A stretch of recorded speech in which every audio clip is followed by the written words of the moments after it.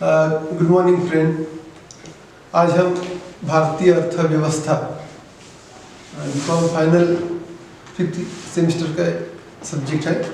इस पर हम सार्वजनिक ऋण के उद्देश्य अथवा महत्व इस पर चर्चा करेंगे। जहाँ तक हम सार्वजनिक ऋण या लोक वित्त कहते हैं, उस लोक वित्त को या सार्वजनिक ऋण को राष्ट्रीय ऋण एक वह ऋण माना जाता है जो एक राज्य को अपनी प्रजा अथवा अन्य देशों के नागरिकों को देना होता है। तो यह सार्वजनिक ऋण की जो कल्पना प्रोफेसर फिनले सिराज इनके द्वारा की है। सार्वजनिक ऋण में देश के अंदर अथवा बाहर से जो सरकारें हैं, उस सरकार द्वारा सार्वजनिक ऋण का प्रावधान, सार्वजनिक ऋण प्रक्रिया प्राप्त की जाती है। प्रत्येक सरकार, अगर सरल तरीके से अगर देखेंगे तो सरकार को व्यक्ति की भांति ऋण लेना पड़ता है और उसका व्यय उसकी आय से बढ़ जाता है। तो ये आय से बढ़ जाता है, ये गतिविधियां चालू रहती है, लेकिन ब्याज की देयता वार्षिक अथवा अर्धवार्षिक ऋण की शर्तों पर आधारित होती है। जो ऋण पर ब्याज की शर्तें स्थिति में अधिक चुनी जाती है। तो इसमें ऋण या सार्वलोक वित्त खजाने द्वारा की गई एक प्रतिज्ञा का एक रूप होता है। और जो ऋणदाता को मूल राशि तथा उस राशि पर ब्याज देने की वचनबद्धता प्रकट की जाती है। वर्तमान घाटे की वित्तीय सहायता के लिए कोष उपलब्ध करके या कोष उपलब्ध करवाने के हेतु ऋण लिया जाता है। तो ये प्रक्रिया इस तरह से निर्माण की जाती है। तो सार्वजनिक ऋण के उद्देश्य तथा महत्व इस प्रकार प्रकट किए जाते हैं। जो objectives and importance of public डेब्ट। प्राचीन युग में देखेंगे तो जीवन प्रणाली बहुत सरल थी। अगर लोक वित्त या सार्वजनिक ऋण यह देखेंगे तो प्राचीन युग में जीवन प्रणाली बहुत सरल थी और ऋणों का कोई विशेष महत्व नहीं था। सार्वजनिक ऋण का कोई विशेष महत्व नहीं था। सरकार के बजट बहुत छोटे छोटे होते थे। सरकारें अर्थव्यवस्था में हस्तक्षेप हीनता की नीति का पालन करती थी। परंतु आधुनिक काल में अगर देखें तो विशेष रूप से 1929-30 के विश्व स्तरीय मंदी के पश्चात अगर देखेंगे तो सरकारी प्राधिकारियों या सरकार शासन ने या सरकारी प्राधिकारियों ने अपने देशों के आर्थिक विकास में अत्यधिक गतिविधि लाना या रुचि लाना आरंभ कर दिया। इस प्रकार सरकारी ऋण एक राष्ट्र के आर्थिक विकास की पहचान बना है। सरकारी ऋण राष्ट्र के आर्थिक विकास की पहचान वर्तमान स्थिति में बना है। सरकार की गतिविधियां बहुत ही बढ़ रही है, दिन ब दिन बढ़ रही है और सार्वजनिक ऋण के बिना बड़ी बड़ी योजनाओं को पूरा करना एक संभव नहीं है। इसलिए सार्वजनिक ऋण अल्प विकसित तथा विकसित राष्ट्र में आर्थिक विकास के लिए राजकोषीय नीति का अभिन्न अंग माना जाता है। राजकोषीय नीति का एक आवश्यक अंग माना जाता है, जो आजकल सार्वजनिक ऋण के आधिक्य को बुरा नहीं माना जाता, क्योंकि यह अर्थव्यवस्था में ऋण भुगतान की क्षमता उत्पन्न करता है और इसका उपयोग उत्पादन कार्यों के लिए बड़ी मात्रा में किया जाता है। तो सार्वजनिक ऋण के महत्वपूर्ण उद्देश्य तथा लक्ष्य या महत्व इस प्रकार दिए जाएंगे, क्योंकि एक व्यय और आय में संतुलन बनाए रखने के लिए, व्यय सार्वजनिक व्यय और सार्वजनिक आय को बनाए रखने के लिए सार्वजनिक ऋण बड़ा महत्वपूर्ण होता है। यह उद्देश्य इस तरह से निर्माण किया जाता है। तो for maintenance of balance between expenditure and revenue, तो ये सरकार द्वारा लिए गए सार्वजनिक ऋण का सबसे बड़ा महत्वपूर्ण लक्ष्य या उद्देश्य माना जाता है, महत्वपूर्ण उद्देश्य माना जाता है। सरकार द्वारा प्राप्त आय तथा वर्ष के दौरान अगर देखेंगे तो संभावित व्यय के बीच अंतर को पूरा करने के लिए जब भी सरकार की आय उसके व्यय से कम पड़ जाती है तो सरकार आंतरिक एवं बाहरी स्रोतों के माध्यम से या आंतरिक और बाहरी स्रोतों के माध्यम से ऋण ले सकती है या ऋण लेने का प्रयास करती है। सरकार की यह आय करों तथा अन्य राजस्व के साधनों से प्राप्त की जाती है। इसमें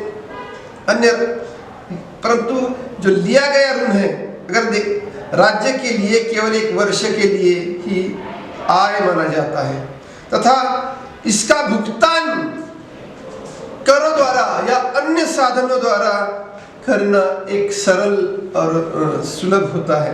सरकार आकस्मिक आपदाओं के लिए, जैसे देश में कई बार बाढ़ की स्थिति आती है, नेचुरल जो कैलेमिटीज आती है, जो अकाल आता है, भूकंप आता है या कई महामारी आती है, जो कोविड-19 की महामारी हम वर्तमान स्थिति में देख रहे हैं, तो इसको निपटने के लिए, ऐसी अवस्था को निपटने के लिए आंतरिक एवं बाहरी स्रोतों से ऋण प्राप्त किया जाता है या ऋण लिया जाता है।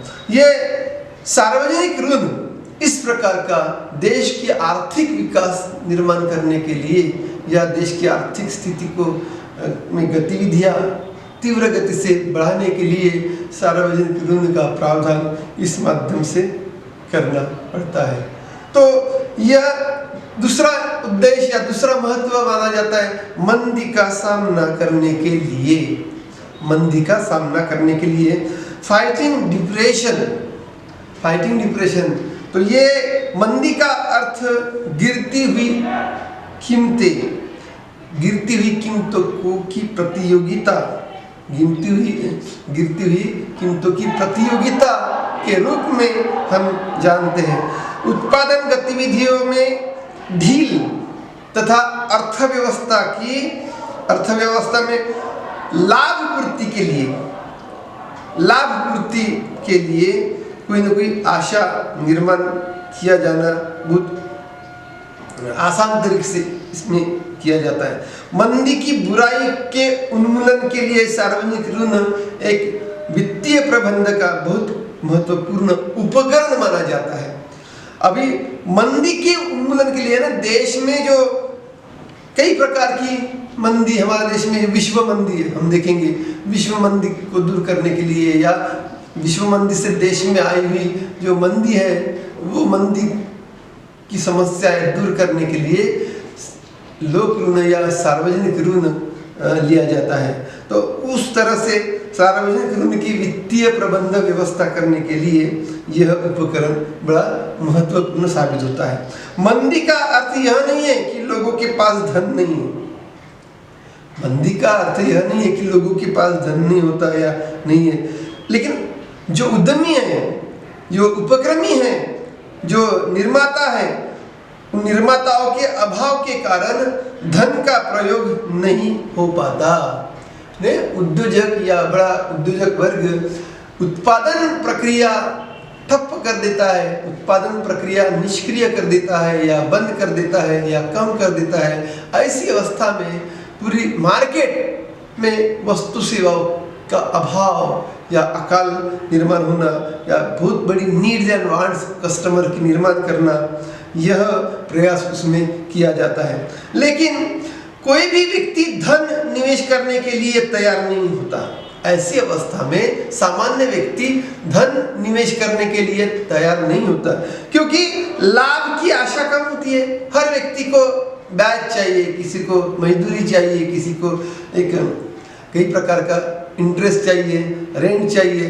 तो ये जो लाभ क्षमता मंदी के कारण, गिरती हुई मंदी अर्थव्यवस्था के कारण जो लाभ की आशा बड़े पैमाने में कम हो जाती है, और ऐसी स्थिति में सरकार ऋण लेकर ने विभिन्न वित्तीय संस्थाओं से, वैश्विक वित्तीय संस्थाओं से सार्वजनिक ऋण लेकर सार्वजनिक कार्यों पर व्यय करना चाहती है, और व्यय बढ़ाकर ऐसे धन का उपयोग बड़ी मात्रा में सरकार करना चाहती है।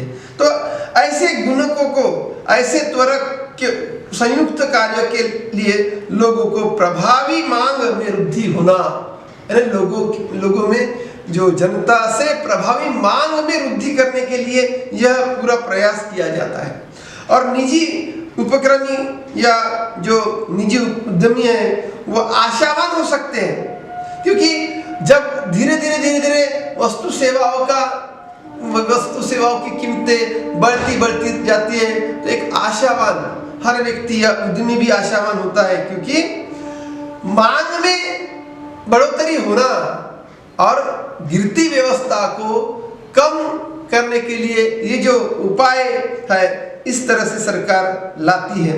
तो धीरे धीरे उत्पादन बढ़ाना, रोजगार बढ़ाना, इस संभावनाओं को बड़ी मात्रा में निर्माण करना होता है। लेकिन मंदी की अर्थव्यवस्था में रोजगार भी नहीं बढ़ता है और उत्पादन भी बड़ी मात्रा में नहीं होता है। तो ऐसी स्थिति में सरकार बैंकों से ऋण लेकर निजी उद्योगों को सहायता देना, या निजी उद्यमों या प्राइवेट ओनर्स को बड़ी मात्रा में धन की उपलब्धता करवा के उनको कोऑपरेट करता है। सरकार मंदीग्रस्त अर्थव्यवस्था में सुधार ला सकती है। सरकारी संस्थाएं या सरकार की प्रक्रियाएं मंदी की अर्थव्यवस्था को सुधार करने के लिए बड़ा भरकस प्रयास हमेशा करती रहती है। लेकिन जिसमें देश में समृद्धि आने के लिए या देश की गतिशील अर्थव्यवस्था को बनाए रखने के लिए सरकार को बड़ी मात्रा में ऋण का प्रबंधन करना, यह एक आह्वान होता है, बहुत बड़ी एक आह्वान होता है। तो इस कीमतों का, वस्तु सेवाओं के कीमतों का गिरना बंद करने के लिए सरकार अधिकाधिक प्रयास करती है। तो जिसके माध्यम से अर्थव्यवस्था में समृद्धि और विकास निर्माण करने के लिए सार्वजनिक ऋण में मंदी का प्रयोग, या सार्वजनिक ऋण का प्रयोग मंदी में महत्वपूर्ण किया जाता है, यह इस तरह से भूमिका निर्माण करती है या अदा करती है। तो सरकार मंदी एक दीर्घकालीन प्रक्रिया है। जब भी कोई किसी भी देश में मंदी का काल शुरू होता है तो वो दीर्घकाल तक मंदी का दौर दिखाई देता है। तो यह दौर इतने आसानी से मांग प्रभावित करना या तीव्रता पूर्वक मांग निर्माण करना इतना आसान कार्य नहीं होता है। तो सभी क्षेत्र से प्रयास करके रोजगार और उत्पादन में वृद्धि निर्माण करने का एक बड़ा प्रयास सार्वजनिक ऋण की प्रक्रिया से किया जाता है। इससे आर्थिक विकास में बढ़ोतरी ला सकते हैं। तो मुद्रास्फीति के दमन के लिए भी यह सार्वजनिक ऋण बड़ा आवश्यक होता है। टू कर्ब इन्फ्लेशन, तो टू कर्ब इन्फ्लेशन, इस प्रक्रिया को भी मुद्रास्फीति का दमन करने के लिए भी यह आवश्यक होता है, क्योंकि यह वह स्थिति है जब अर्थव्यवस्था में बढ़ते हुए मूल्यों में या बढ़ते हुए मूल्य की स्थिति अंडरस्टैंड की जाती है।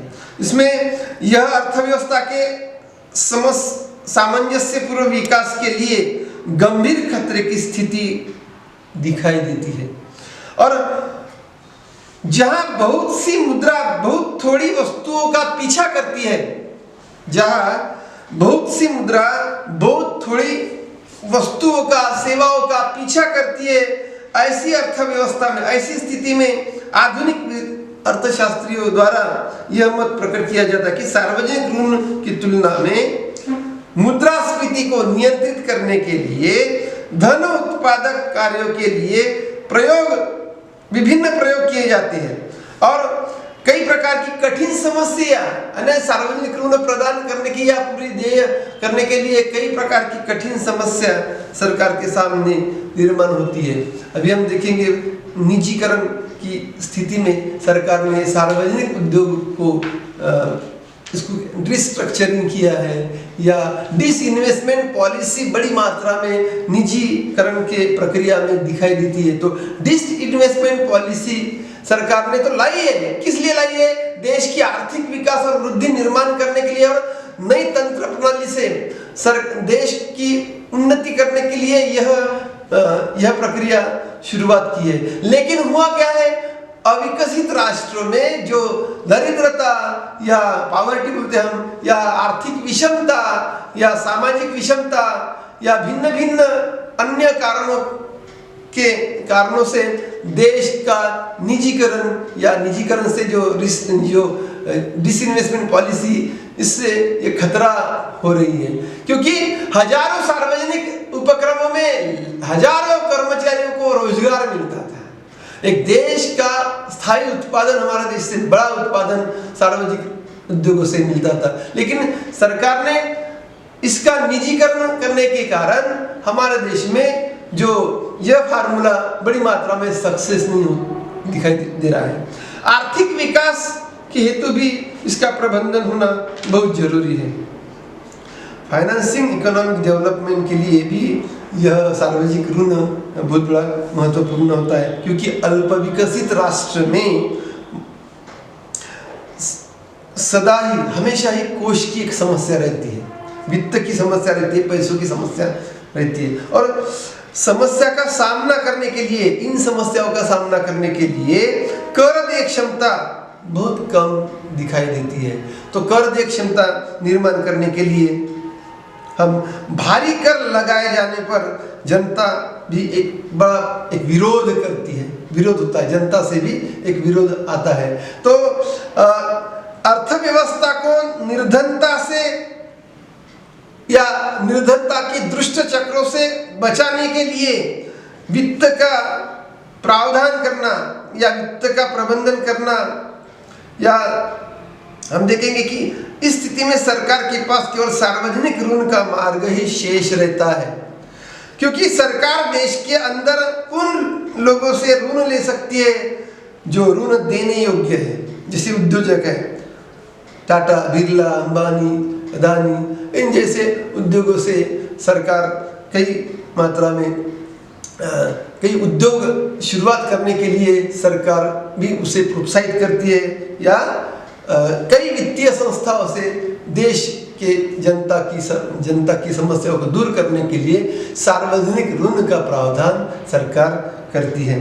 तो देश के बाहर से भी ऋण लिया जा सकता है। अब विश्व बैंक हो या IMF हो, एशियन बैंक हो, कई प्रकार की दूसरे देशों की वित्तीय संस्थाएं हो, उनसे भी विकास करने के लिए, जैसे कि खेती का विकास भारत में करना है तो विश्व बैंक से भी ऋण लेना पड़ रहा है सरकार को, या मंदी को दूर करने के लिए या मंदी की समाप्ति करने के लिए भी कई बार सरकार को, भारत देश की सरकार को ऋण लेना पड़ा। तो ये ऋण लेने का प्रावधान भी, यानी इस प्रक्रियाओं में देखेंगे तो इससे वित्त प्रक्रियाओं की परिवर्तनशीलता दिखाई देती है और सामाजिक उसको पूंजी का एक सृजन, सामाजिक दृष्टि से एक पूंजी का एक सृजन किया जाता है। और सार्वजनिक ऋण एक अल्प विकसित देशों में दोहरी भूमिका निर्माण करता है, एक पूंजी निर्माण करना पूंजी के साधन के रूप में, और दूसरा है मुद्रास्फीति के विरोध में उपाय निर्माण करना। तो इस स्थिति से आर्थिक विकास के हेतु वित्त प्रबंधन भी बड़ी मात्रा में करना पड़ता है। तो यह अर्थव्यवस्था बड़ी पूरे विश्व में अगर देखेंगे तो भारत भी एक उस प्रक्रिया में देखेंगे तो भारत पीछे नहीं है। भारत एक स्पर्धा करना चाहता है। स्पर्धा करने के लिए भारत सरकार की बड़ी एक कोशिश रहती है, लेकिन देश की समस्याएं, सामाजिक समस्याएं या पावर्टी या सोशल इंडिफरेंसेस है, वो ज़्यादा रहने के कारण देश स्पर्धा नहीं कर पाता, क्योंकि उसमें अभूतपूर्व खर्चों से निपटने के लिए भी सार्वजनिक ऋण का निर्माण करना बहुत जरूरी होता है। अभूतपूर्व खर्चा यानी अभूतपूर्व टू मीट अनप्रेसिडेंट एक्सपेंसेस। कई बार सरकार को अभूतपूर्व परिस्थितियों से भी संबंधित खर्चों से निपटने के लिए ऋण लेने पड़े हैं। यह नहीं भूल सकते हम कि अकाल आया तो सार्वजनिक ऋण का निर्माण नहीं किया गया, या बाढ़ आई, भूकंप आया या महामारी आई तो सरकार ने इस तरह से कोष निर्माण नहीं किया, ऐसा नहीं है। वो करना ही पड़ता है। जब वित्त की समस्या होती है तो सरकार को यह भूमिका अदा करनी पड़ती है। सरकार द्वारा कोष एकत्रित किए जाते हैं और सरकार बहुत अधिक व्यय करने के लिए वचनबद्ध भी रहती है। ऐसे संकट कालों में या तथा वित्तीय कालों में सरकारी व्यय बहुत अधिक बढ़ जाता है। तो ये जो अभूतपूर्व खर्चों से निपटने के लिए इस प्रकार से सार्वजनिक ऋण का होना बहुत जरूरी है। चक्रीय उतार चढ़ाव को रोकने के लिए सार्वजनिक ऋण का निर्माण होना बहुत जरूरी है। तो सार्वजनिक ऋण बहुत एक उसका एम दिखाई देता है। तो चक्रीय उतार चढ़ाव को रोकने के लिए टू चेक साइक्लिकल फ्लक्चुएशन निर्माण करने के लिए, तो विश्वव्यापी मंदी अगर देखेंगे तो हमारे देश में विश्वव्यापी मंदी का प्रभाव हमेशा देश पर दिखाई देता है। तो प्रत्येक सरकार ने विभिन्न चक्रीय अस्थिरताओं के प्रति सचेतता निर्माण करने के लिए या देश की जनता को जागरूक रखने के लिए या चक्रीय उतार चढ़ाव एक विनाशकारी परिणाम निर्माण लाता है। ये विनाशकारी परिणाम को रोकने के लिए सरकार ने चक्रीय उतार चढ़ाव को नियंत्रित रखने के लिए सरकारों द्वारा, चाहे वो राज्य सरकार हो, किसी भी देश की राज्य सरकार हो या केंद्र सरकार, हमारे देश में फेडरल स्ट्रक्चर है, तो फेडरल स्ट्रक्चर में राज्य सरकार और केंद्र सरकार और पंचायत, नगर परिषद, महानगर पालिका भिन्न भिन्न क्षेत्र से ऋण लेती है। तो कई वित्तीय संस्थाओं से या बाहरी संस्थाओं से ऋण लेना एक आसान तरीका माना जाता है। तो चक्रीय उतार चढ़ाव को नियंत्रित रखने के लिए ऋण की नीति एक बहुत बड़ा एक उद्देश्य माना जाता है। और जब देश की राज्यों में उत्पादन प्रक्रिया गिर जाती है, उस समय सरकार उत्पादन की गतिविधियों को प्रोत्साहित करने के लिए ऋण का प्रावधान करती है, सार्वजनिक ऋण की प्रक्रिया को शुरुआत करती है। तो इस तरह से वित्तीय व्यवस्था को मंदी से दूर रखने के लिए, मंदी की बुराइयों को दूर रखने के लिए हमारे देश में सार्वजनिक ऋण की प्रक्रिया बहुत बड़ी महत्वपूर्ण होती है। कर प्रणाली, हमारे देश में कर प्रणाली का लोकप्रिय न होना ये भी एक उद्देश्य है। देश की कर प्रणाली लोकप्रिय न होना है। हमारे देश में 20% लोग कर प्रणाली में आते हैं, इसी सरकार, केंद्र सरकार कहती है, लेकिन वास्तविक स्थिति अलग है। जो देश की कर प्रणाली को लोकप्रिय करने के लिए लोग सरकार को कर देने के पक्ष में नहीं होते। किसी भी देश के लोग सरकार को कर देने के पक्ष में नहीं होते। प्रत्येक कर, चाहे वो पुराना कर हो या नया, जनता उसका विरोध हमेशा करती है। जनता की तरफ से हमेशा उसका विरोध होता है। वह पुराने करों की दरों को बढ़ाने तथा नए कर लगाने का विरोध हमेशा करती रहती है। तो ऐसी परिस्थिति में सरकार लोगों के विरोध से बचने के लिए सार्वजनिक ऋण का इस्तेमाल सरल मात्रा में या सरल मार्ग से देश में किया जाता है। तो इसमें इस तरह से लोक वित्त या सार्वजनिक ऋण का निर्माण देश में निर्माण किया जाता है। तो युद्ध के लिए वित्त व्यवस्था निर्माण करना बहुत जरूरी होता है। हमारे देश में युद्ध के लिए वित्त व्यवस्था निर्माण, वार फाइनेंस कहते उसको, वार फाइनेंस को निर्माण करने के लिए सार्वजनिक ऋण बड़ा महत्वपूर्ण माना जाता है। क्योंकि फिंडले सिरस इसके बारे में कहते हैं कि राष्ट्रीय सुरक्षा, किसी भी देश की राष्ट्रीय सुरक्षा या स्वतंत्रता बनाने रखने के लिए कर कुछ नहीं हो सकता।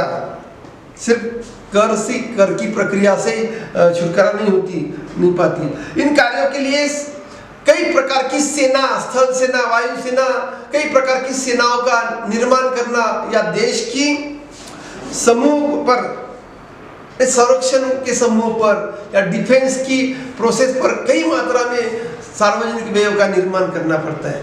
और देश में सार्वजनिक ऋण इस प्रकार की व्ययों के लिए सार्वजनिक ऋण निर्माण करने की प्रक्रिया बड़ी मात्रा में की जाती है।